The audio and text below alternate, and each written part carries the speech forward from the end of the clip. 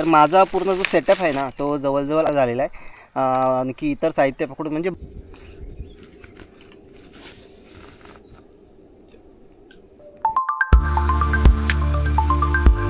नमस्कार मंडळी, तर पुन्हा एकदा स्वागत आहे तुमचं आपल्या एका नवीन व्हिडिओमध्ये। तर आज पुन्हा एकदा आपण आलेलो आहोत फिशिंगसाठी। तर कालसुद्धा याच स्पॉटवरती आपण आलो होतो। तर आता भरती लागून आता ओठी लागलेली आहे। तर काल आपण जिथे होतो ना, तर बघा या किती कातल आहे, पूर्णपणे खडप आहे, इथे पूर्ण बाहेर निघेल आता काही वेळाने पाणी कमी कमी झालं की। इकडे सुद्धा कातल आहे। काल निलेश दादांना जो फिश लागला तो इथेच लागला होता। तर आपण आज त्याच ठिकाणी थांबणार आहोत। मला वाटतं निलेश दादा पण फिशिंगसाठी गेलेत, मला वाटतं ते खाली गेलेत, जेटीकडे गेले असतील बहुतेक। तर आज आपण इथेच थांबूया, बहुतेक ते पण येतील संध्याकाळपर्यंत। आता जवळजवळ 3:30 वाजून गेलेले आहेत। तर आज बघूया आपण काय मिळतंय। तर हा बरेच जण तुम्ही मला विचारताय की जो सेटअप आहे तो किती कशा प्रकारे घेतलेला आहे, किती रुपयाचा आहे। तर हा ते बेसिक माहिती तुम्हाला सांगितलीच पाहिजे आहे ना। तर मी तुम्हाला थोडक्यात पटकन अगदी माहिती सांगतो, म्हणजे एक एक वस्तूची सांगतो। हे बघा, हा जो रील आहे ना मेजर क्राफ्टचा, फिशिंगचे जे आवड असणारे आहेत मुलं, तर त्यांना थोडंफार आहे ना सांगितलं की आयडिया येईल आहे ना। असं काय नाही, फिशिंगचे रॉड ना म्हणजे बऱ्यापैकी 2-3 हजारापासून पण मिळतात, अगदी म्हणजे 2-3 हजाराचा पूर्ण सेटअप पण मिळतो। तर मी तुम्हाला दाखवतो। हा जो रॉड आहे ना तर 2 पार्टमध्ये येतो। हा छोटा पार्ट आहे तो ह्याच्या पुढे जोडायचा असतो, म्हणजे एकूण हा 9 फुटाचा असतो।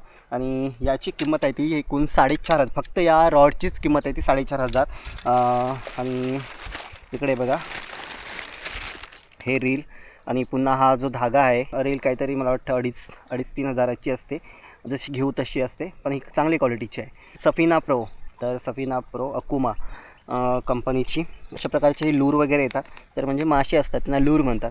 तर हे घेतलेलं आहे। तर माझा पूर्ण जो सेटअप आहे ना तो जवळजवळ 11,000चा झालेला आहे। आणखी इतर साहित्य पकडून म्हणजे 12,000पर्यंत माझा सेटअप गेलेला आहे पूर्ण। आणि अशा प्रकारे या खर्च आलेला आहे। तर बघूया, आपण ही फिशिंग सुरुवात केलेली आहे। तर तुम्हाला जर घ्यायचं असेल तर तुम्ही म्हणाल की 11,000चाच घेतला पाहिजे किंवा त्यापेक्षा महाग घेतला पाहिजे, तसं काय नाही। तर तुम्ही 4-5 हजाराचं सेटअपसुद्धा घेऊ शकता आणि फिशिंग करू शकता, आणि बऱ्यापैकी मासेमारी त्यावरती सुद्धा करता येते। तर आज बघूया आपल्याला काय मिळतं आहे का। तर तुम्हाला मी सांगितलेलं आहे की माझं सेटअप आहे तो जवळजवळ 12,000पर्यंत झालेला आहे। तर बरेच जण विचारत होते की किती रुपये, तर मी आता सांगितलेलं आहे।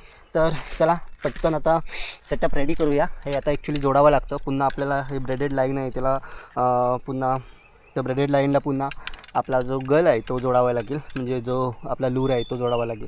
तर चला पटापट सेटअप करूया। आहे ना आपण इथे जोडलेला आहे, तर हा पूर्ण असा बसत नाही, अर्धाच थोडा बसतो, तर थोडा फिट बसवायचा। आणि हे सगळे आहेत ना जे लाईन, हे असे सर्व व्यवस्थित सरळ आले पाहिजे असे बघायचे। तर आता हे झालेलं आहे। आता हे जे आपलं ही रील आहे ना, तर हे बघा, हे इथे अशी जागा असते इथे, आणि इथे बसवायची। त्यानंतरला हा पाठीमागून आहे ना असा इकडे फिरवायचा।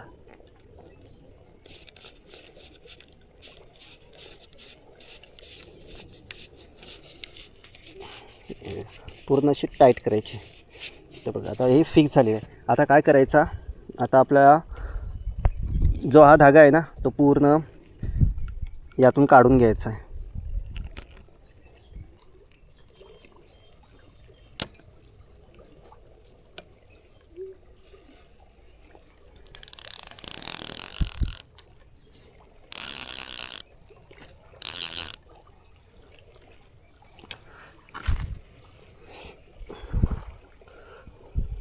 हे बघा, यातून ना प्रत्येक एकी सोडायचं नाही, यातून प्रत्येकातून आता काढून घ्यायचं आहे आपल्याला। हे बघा अशा प्रकारे। तर हे बघा अशा प्रकारे आता हे थोडं बाहेर काढायचा। तर बघा आता आपण जी हे ब्रेडेड लाईन काढलेली आहे त्याला ही लीडर लाईन आहे ना, बघा हा थोडासा आहे ना, हा ह्याला लीडर लाईन म्हणतात। तर याला आता ती जोडायची आहे, आता यातून काढून ना ह्याला जोडून घ्यायची। आता आपला जो लूर आहे तो आपण ह्याला अटॅच करणार आहोत। ह्याला अटॅच करण्यासाठी बघा अशा प्रकारे एक क्लिप असतं, हे अशा प्रकारे एक क्लिप असतं। ते क्लिप यामधून अशा प्रकारे फिरवून आणि पुन्हा हे बंद करायचं। हे बघा आता फिट झालं, आणि हा आपला आता रेडी झालेला आहे आता कास्ट करण्यासाठी। तर चला पहिला कास्ट करूया।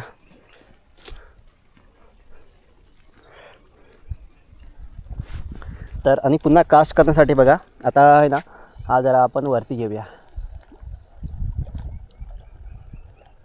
त्यानंतरला कास्ट करताना काय करायचं असतं माहिती आहे का, ही लाईन असते ती अशी पाडायची असते खाली.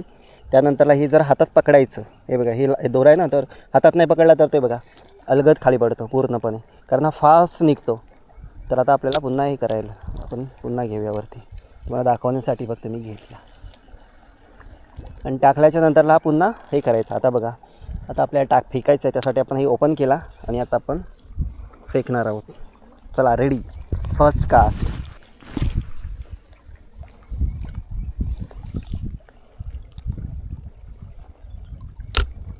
त्यानंतर हा बंद केला. आता ओठी लागलेली आहे, त्यामुळे बघूया पाण्याने ना ते खाली खाली जाईल.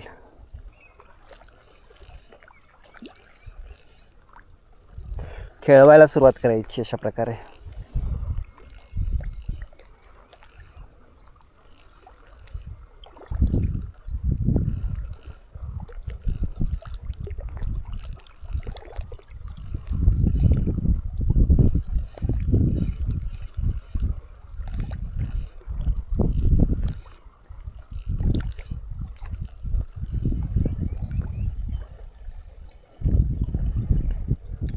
तर अशा प्रकारे कास्टिंग करायचं. चला तर आता आपण मासा पकडूया. आता लाईन ना जे वाहतं पाणी आहे ना त्याबरोबर आपण सोडून दिले, जेवढी जाते तेवढी जाऊन देऊया. बऱ्यापैकी जाऊन दिले, हे बघा जाते पाण्याने, ते खाली जाईल हळूहळू. चला आता स्टॉप करूया, बस झाली, भरपूर गेले. नाही गेला भरपूर खाली गेली असेल, खूप खाली गेली असेल. पाणी वाहत आहे ना नदीचं. आता बंद करूया.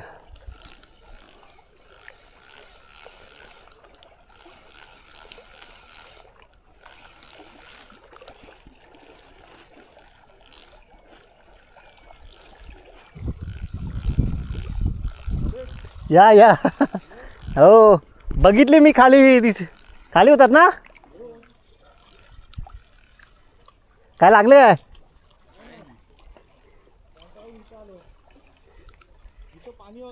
हा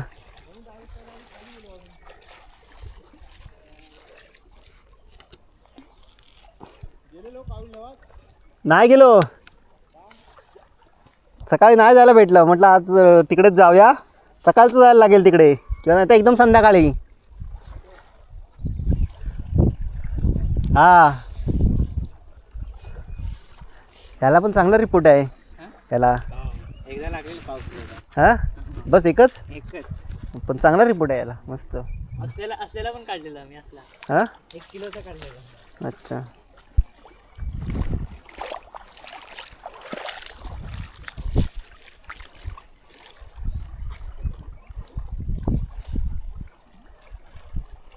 पाऊस आलेला आहे जोरदार.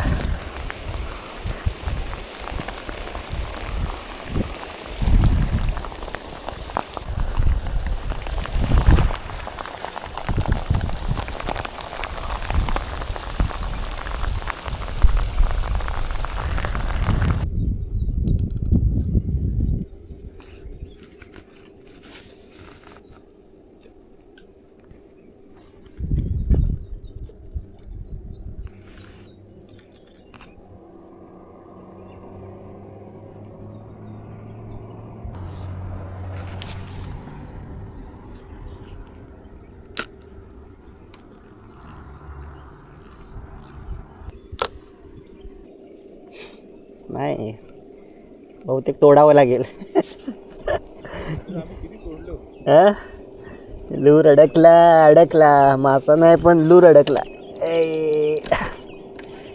दगड असणार खाली. हा तिथे त्यामुळे दगडामुळेच पाणी फिरतंय. हा कातल असं तिकडे गेलाय काय?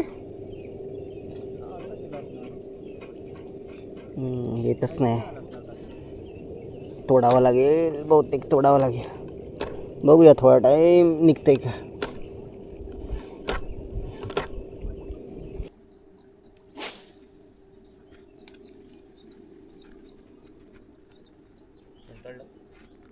बस झालं 3 वाजल्यापासून. 3-3:30 वाजल्यापासून. आम्ही 3 वाजता झालो. म्हणजे मी तुमच्या मागून आलो थोडासा. आम्ही तिथं अर्धा तास बसल्यानंतर तुम्ही इथे दिसतात मला. हां.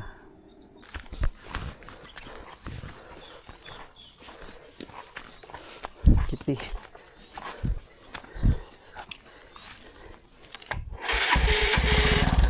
चला तर भेटू.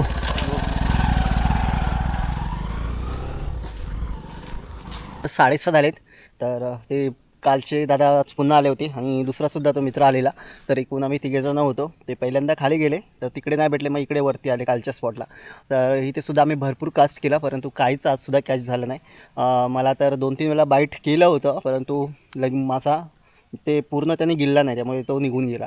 तर आजसुद्धा आपल्याला काही कॅच नाही झालेला. तर काय हरकत नाही, आपण ही सुरुवात आहे. तर सध्या आहे ना माशांची हालचाल थोडीशी कमीच वाटते इकडे. तर आता उद्याला किंवा परवाला आता आपण इकडे येणार नाही आहोत. आता थोड्या दुसऱ्या ठिकाणी नदीकडे फिशिंग करणार आहोत.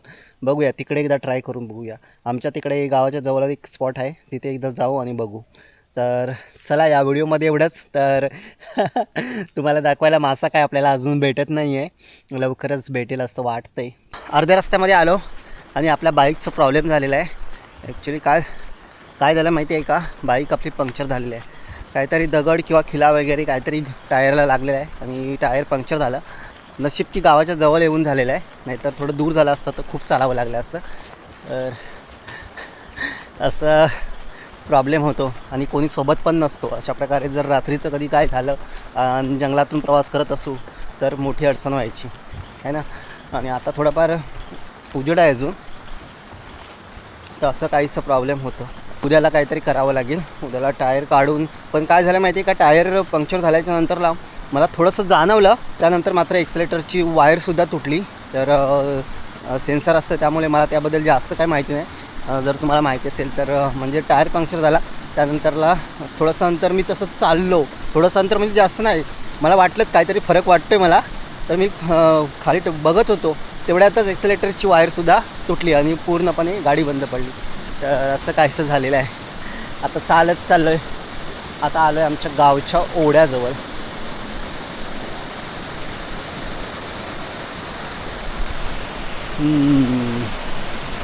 बऱ्यापैकी पाणी आहे ओढ्याला, आता पाऊस पडतो मध्ये मध्ये ना, त्यामुळे. चला तर भेटू अशाच गावाकडच्या नवीन व्हिडिओमध्ये.